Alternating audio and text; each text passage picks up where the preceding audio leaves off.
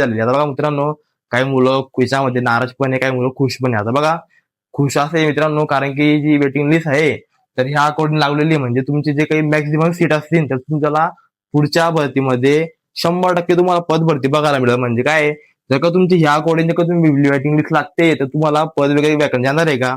नाही जाणार आहे. तुम्हाला पुढच्या वेळेस भरती 100% द्यावा लागणार आहे.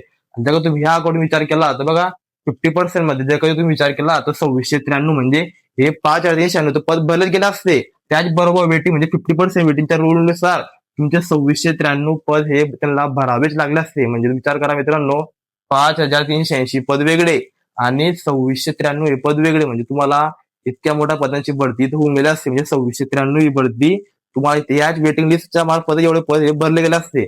मग तुम्ही विचार करा मित्रांनो, नवीन भरती आली असती का? किती वेळ लागला असता या भरती आणण्यासाठी? आणि तुम्ही विचार करा की 2693 पद कमी आहेत का? ते पण 50% वेटिंग रूलच्या नुसार जर कधी हे पद भरले गेले असते तर मग तुम्ही विसरून गेले असते की नवीन भरती आली असते आणि तुम्ही विचार केला असता की पुढच्या वर्षी भरती आपल्याला बघायला मिळणार आहे. तर बघा मित्रांनो, हा तो एक ट्विस्ट पॉईंट होता. जर का तुम्ही ह्या अकॉर्डिंग गेला तर तुमचे 846 पद रिक्त होणार होते, पण तसं काही झालेलं नाही.